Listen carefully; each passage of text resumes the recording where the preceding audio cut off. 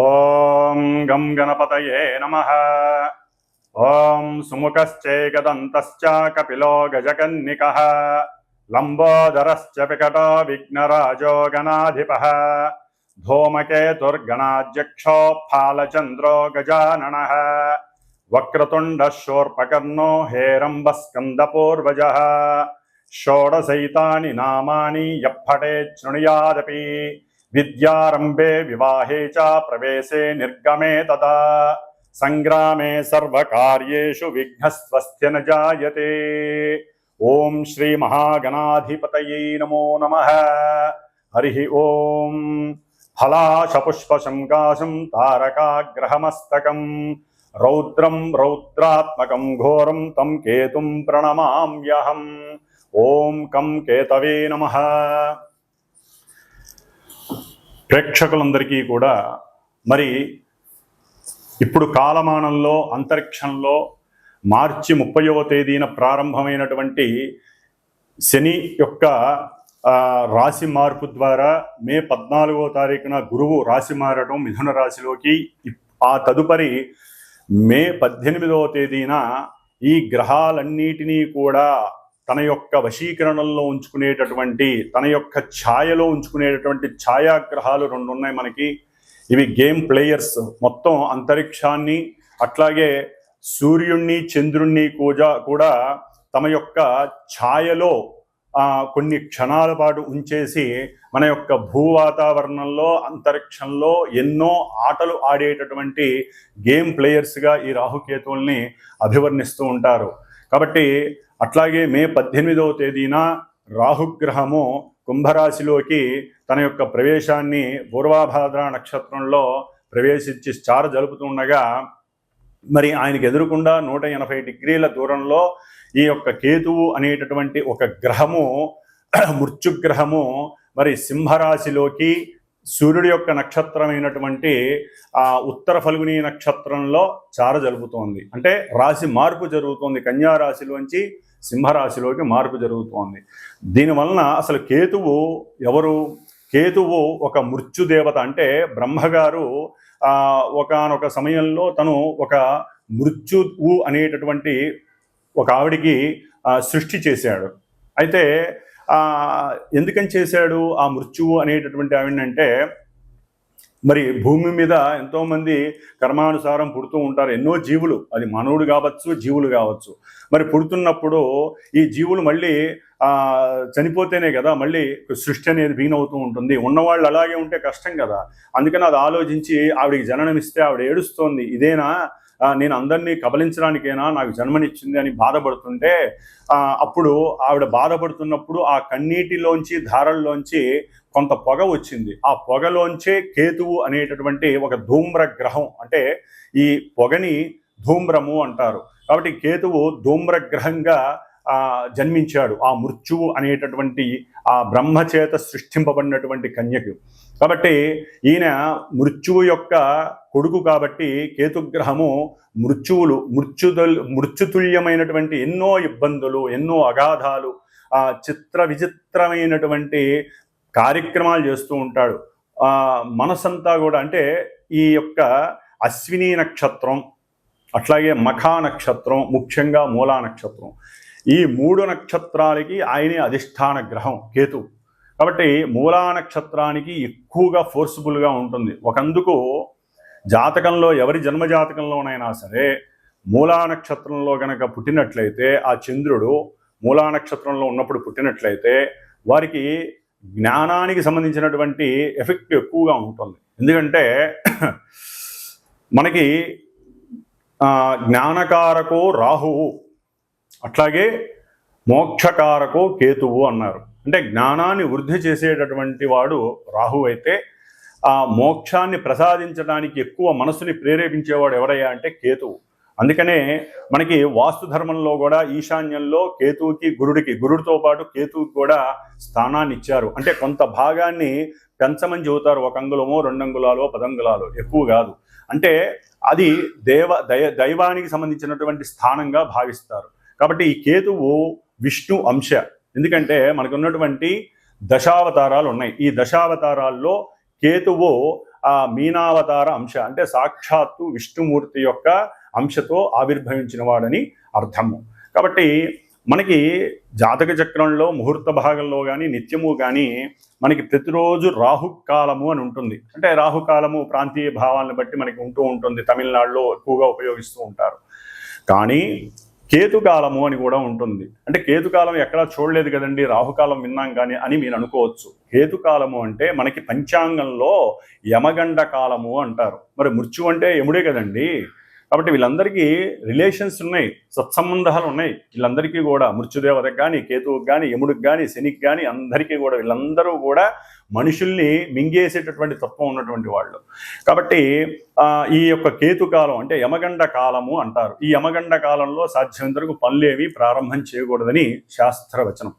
మరి ఈ కేతువు ఏ విధంగా ఉద్భవించాడు? మనం ఆల్రెడీ మనకి అందరికీ కూడా పురాణ గాథ తెలుసు. క్షీరసాగర మథనము, దాంట్లో రాక్షసుణ్ణి స్వామివారు విష్ణు చక్రంతో సుదర్శన చక్రంతో అతని యొక్క శరీరాన్ని 2 ముక్కలు చేస్తే శిరస్సేమో మనకి రాహుకి వెళ్ళిపోయింది. కింద ఈ శరీరం అంతా కూడా మొండెంతో ఉన్నదానికి నాగుపావును పెట్టేసి మరి విష్ణుమూర్తి ఆజ్ఞాపించాడు కేతువును కూడా. వీళ్ళకు కూడా మన యొక్క సప్తగ్రహాలు అయితే నవగ్రహాల్లో ఒక్కొక్క స్థానం ఇచ్చారు. కానీ ఈ రాహుకి కేతువుకి ఒక స్థానం మీద కమాండింగ్ ఉండదు, వాళ్ళకంటూ ఏదీ లేదు. ఓకే, కొన్ని శాస్త్రాల్లో వృషభము ఉచ్చ అని, అట్లాగే రాహుకి ఉచ్చ క్షేత్రం అని, కేతువుకి మరి వృశ్చిక రాశి ఉచ్చక్షేత్రం అని అంటారు. అట్లాగే సింహము మీనము కూడా కేతువుకి పరిపరి మతాల విధంగా అంటే ఈ యొక్క శాస్త్రాలలో రకరకాలుగా సింహరాశి కేతువుకి స్వక్షేత్రమని, అట్లా మీనరాశి స్వక్షేత్రం అని అంటారు. మరి ఈ యొక్క రాహుకేతువులు ఈ యొక్క భూమండలంలో ఎన్నో ఉన్నటువంటి మన ప్రకృతి అంతా కూడా వాళ్ళు ఆవరించవేసి సూర్యాస్తమయాన్ని సూర్యోదయాన్ని కమాండ్ చేస్తూ, అంటే కాలాల రూపంగా యమగండ కాలమని, మృత్యుకాలమని, వీళ్ళ మాంది గ్రహాలు, అట్లాగే గుళిక కాలాలు, ఇవన్నీ కూడా చాలా రకాలుగా ఉంటాయి. అయితే ఈ కేతువు అనేటటువంటి వాడు ఎక్కడైతే ఏ రాశిలో ఉంటాడో ఆ రాశి ప్రభావాన్ని ఇస్తాడు, రాహుమాలే. అట్లాగే ఏ నక్షత్రంలో ఉంటే ఆ నక్షత్రాధిపతి యొక్క రాశి ప్రభావాన్ని ఇస్తాడు, ఏ గ్రహాన్ని అయితే ఉంటే ఆ గ్రహాన్ని కూడా ఇస్తాడు. కానీ ఈయన జ్ఞానాన్ని ఎక్కువగా, అంటే మోక్షాన్ని, జ్ఞానం ఉంటేనే కదండి మోక్షం వచ్చేది, లేకపోతే మోక్షం డైరెక్ట్గా ఎవరికి రాదు, అంత ఈజీ కాదు. ఆ జ్ఞానాన్ని ఇవ్వడానికే రాహువు. కానీ కేతువు కూడా రాహువుకి కమాండ్లోనే ఉంటాడు. కానీ ఈ కేతువు ఏమి అంత మంచివాడు కాదండి, మోక్షాన్ని ఇస్తాడు అంతవరకే. కానీ ఆయన పాపగ్రహాలతో కలిస్తే పాపాన్ని ఇంకా రెట్టింపు చేసి మింగేసేటటువంటి తత్వం ఉన్నటువంటి వాడి కేతువు. కాబట్టి ఈ కేతువు యొక్క పరిజ్ఞాన రీత్యా చూస్తే ఎటువంటి కార్యమైన ఆటంకాలు, వ్యాపారస్తులు పూర్తిగా కింద వాళ్ళు పడిపోవడానికి, వ్యాపారంలో పూర్తిగా నాశనం అయిపోవడానికి కూడా ఈ కేతువు కారణం అవుతాడు ఒక్కోసారి. అంటే సరైనటువంటి సాధన లేకపోవటం వల్ల కానీ, వ్యాపారస్తుల్లో కానీ బద్ధకం పెరిగిపోవటం, అందరినీ నమ్మటము, లేకపోతే అవసరం లేని సమయాల్లో పెట్టుబడి పెట్టడము, ఇవన్నీ కేతువు ప్రోత్సహిస్తూ ఉంటాడు. ఆల్రెడీ మొన్నటిదాకా అంటే మే 18 వరకు కూడా ఈ కేతు అనేటటువంటి గ్రహము కన్యారాశిలో ఉండటం ద్వారా మానవుల్లో చాలామందికి ఈ కేతు మహర్దశ కానీ, వారి జాతకరీత్యా కేతు మహర్దశ కానీ, అంతర్దశ కానీ ఇలా జరుగుతున్నప్పుడు, లేకపోతే అశ్విని మఖ మూల నక్షత్రాల్లో జాతకులకు కానివ్వండి, లేకపోతే కొన్ని రాశుల వారికి ఈయన ఉన్నటువంటి స్థానాలు గనక మృత్యుస్థానాలు లేకపోతే దుస్థానాలు అయినట్లయితే ఈయన ఈ యొక్క కన్యారాశికి సంబంధించిన కొన్ని అనారోగ్య స్థితులు కలుగజేసే ఉంటాయి. నర్వస్ మీద బాగా ప్రయోగం జరుగుతుంది. అట్లాగే లోపల జీర్ణకోశానికి సంబంధించిన, పేగులకి సంబంధించిన ఇంటెస్టివ్ డైజెషన్ సిస్టమ్ అంటే అజీర్ణ వ్యాధులు ప్రబలటానికి, ముఖ్యంగా వ్యాపారస్తులకి నష్టాలను కలుగజేయడానికి, వ్యాపార వృద్ధి జరుగుతుంది అనుకుంటే అది కాస్త క్షీణించడానికి ఈ కేతువు చాలా వరకు దోహదపడ్డాడు ఇప్పటి వరకు కూడా. అంటే వినాశకారిగా కొన్నిటి ఉన్నాడు, కొంతమందికి లాభాన్ని కూడా ఇచ్చాడు అనుకోండి, అది వారి యొక్క జాతకరీత్యా ఉన్నటువంటి పరిస్థితులను రీత్యా. కాబట్టి పర్సనల్ జాతకంలో ఈ యొక్క రాహుకేతువులు ఆడే ఆట సామాన్యమైన ఆట కాదు. వీళ్ళు ప్లే బాయర్స్ అని కూడా అనొచ్చు. అంటే మొత్తం ప్లే చేసేస్తారు, వీళ్ళతో ఎవరు కలిసి ఉంటే వాళ్ళ యొక్క ఫలితాలు ఇచ్చేస్తారు. వీళ్ళకంటూ స్వతహాగా నేను ఇదే ధర్మాన్ని అనుసరించాలి అని ఉండదండి. వారు ఏ రాశిలో ఉంటే, ఏ గ్రహం వీళ్ళని చూస్తే, వీళ్ళు ఏ నక్షత్రంలో ఉంటే అట్లా. ఇప్పుడు మరి ఉత్తరా ఫల్గుని అంటే సూర్యుడి యొక్క నక్షత్రంలో మనకి జోడియాక్లో మేషం నుంచి 5వ స్థానం అయినటువంటి సూర్యుడి యొక్క రాశి ఏంటి? సింహరాశి. ఆ సింహరాశిలో కేతు వస్తున్నాడు అంటే అతనికి స్వక్షేత్రం, సాధ్యమైనంత వరకు అతను చెడు చెయ్యడు. కానీ కొన్ని రాశుల వారికి మాత్రం స్థానాల రీత్యా చెడు స్థానాలైతే ఘోరాతి ఘోరమైనటువంటి పరిస్థితుల్ని కేతువు కలుగు చేస్తాడు. మృత్యుతుల్యమైనటువంటి కారకత్వాన్ని ఇస్తాడు ఈయన.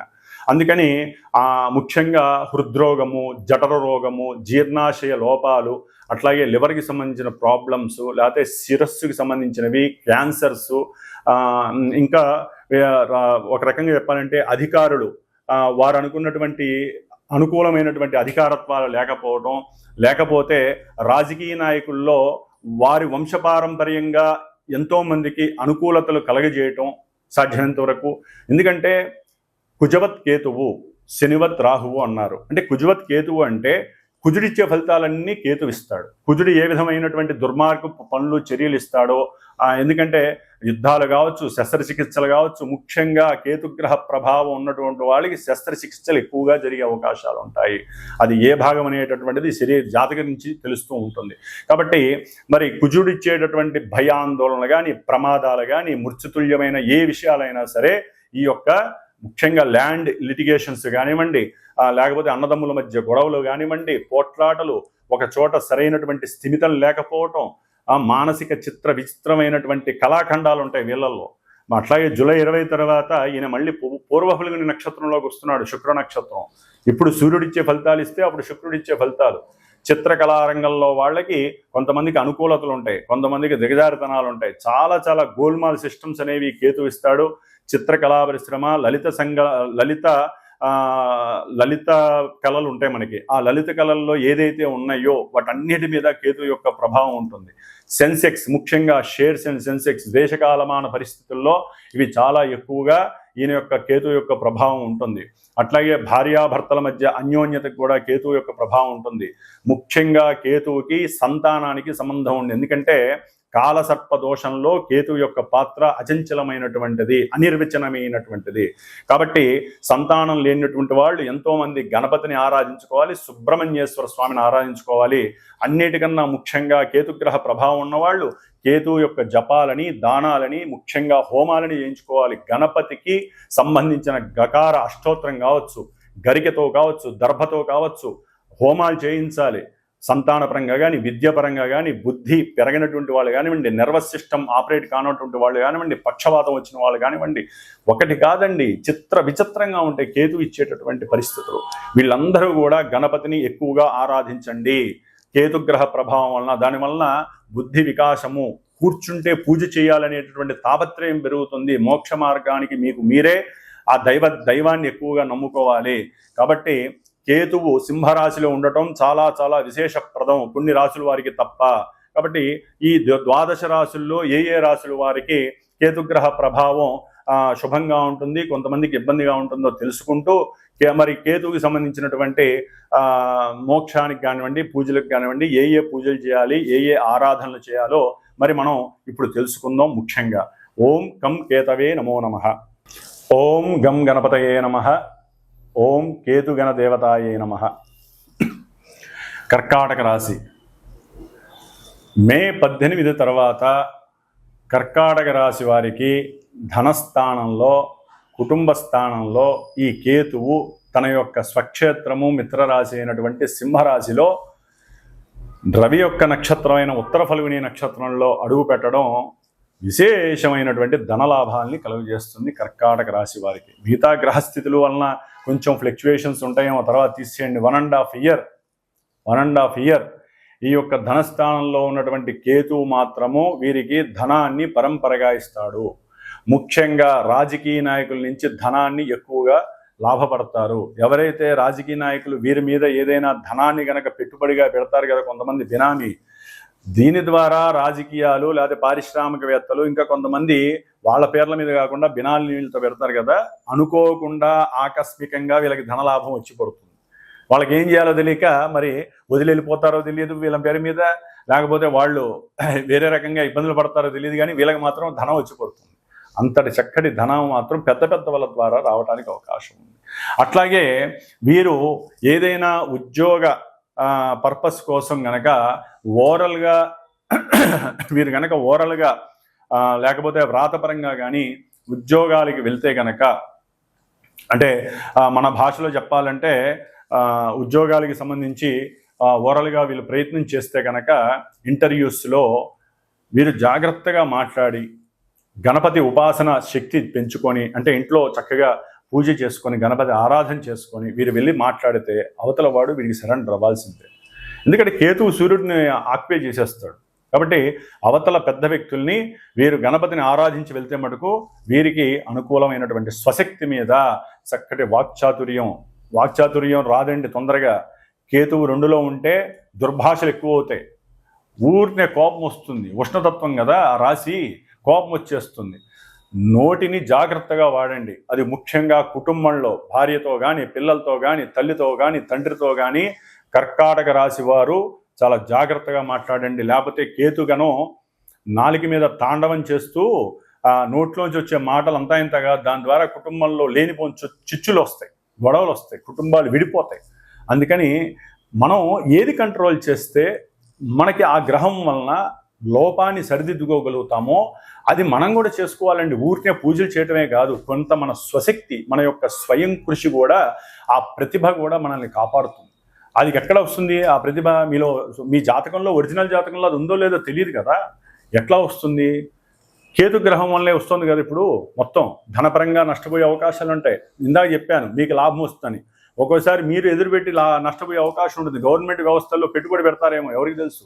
లేకపోతే గవర్నమెంట్ ఎప్పుడో సెన్సెక్స్లో పెట్టుండొచ్చు, లేకపోతే పందాల్లో పెట్టుండొచ్చు, క్రీడా రంగాల్లో పెట్టుండొచ్చు ధనాన్ని. లేకపోతే పలానా ఇప్పుడు క్రికెట్లో జరుగుతున్నాయి, ఆ క్రికెట్ పందాల్లో డబ్బులు పెట్టి పూర్తిగా నాశనం అవ్వచ్చు. నేను అనేది ఏంటంటే అటు జరగచ్చు, ఇటు జరగచ్చు. ఎందుకంటే మల్టిపుల్ యాక్షన్స్ ఇచ్చేవాడు కేతు.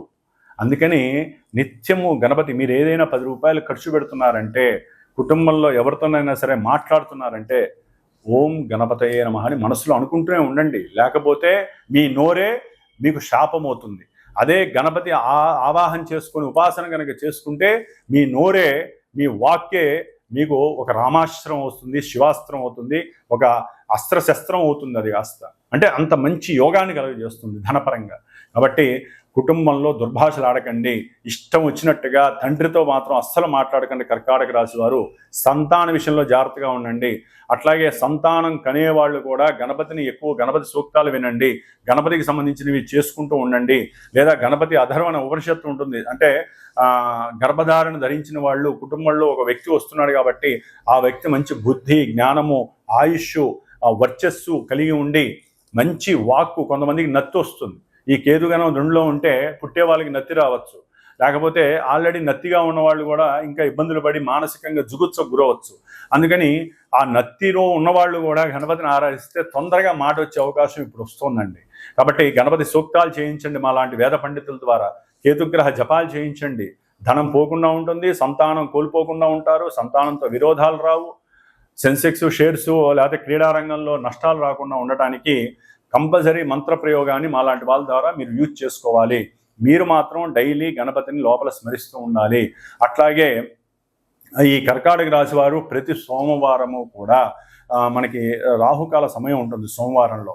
అది 7:30 నుంచి 9 వరకు ఉంటుంది. ఆ సమయంలో కేతుకాలం అంటే యమగండ కాలం కూడా ప్రతిరోజు ఉంటుందండి. రాహుకాలంతో ఇప్పుడు సంబంధం లేదు, యమగండ కాలమే కేతుకాలం. ఇందాక మనం చెప్పుకున్నట్లుగా ఆ యమగండ కాలంలో చక్కగా మీరు లక్ష్మీదేవి గణపతి ఆరాధన, లక్ష్మీ గణపతికి సంబంధించిన ఆరాధన, లక్ష్మీ అష్టోత్తరం, గణపతి అష్టోత్తరం చేయండి. యమగండ కాలంలో ఆర్థిక నష్టాలు జరగవు. చక్కటి వాయిస్ మీకు ప్రేరితం అవుతూ ఉంటుంది. క్రీడారంగంలో వృద్ధి జరుగుతుంది. లేకపోతే లలిత కళల్లో మీకు మంచి గాత్రం, అంటే లలిత కళల్లో మరి సంగీతం పాడేవాళ్ళు కూడా ఉంటారు. ఈ సంగీతం ఉన్నతమైనటువంటి కీర్తి ప్రతిష్టలు లభించడానికి అవకాశం ఉంటుంది. అయ్యో నేను ఇలా పాడగలనా, నాలో ఇంత శక్తి ఉందా, స్వరశక్తి నాలో ఉందా అనే ఆశ్చర్య భ్రాంతి మీకు కలుగుతూ ఉంటుంది.